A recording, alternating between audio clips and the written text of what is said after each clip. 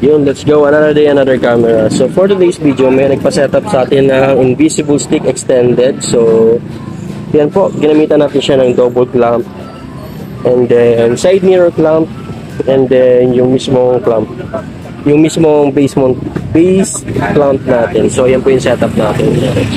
So sa mga naghanap po ito, available po yan dito sa amin sa Action Cam Matibaba. Dito lang po yan sa Barangay Holy Spirit, Quezon City. Corner lang po kami ng AFP and Infantry Road. Maraming salamat po. Thank you po.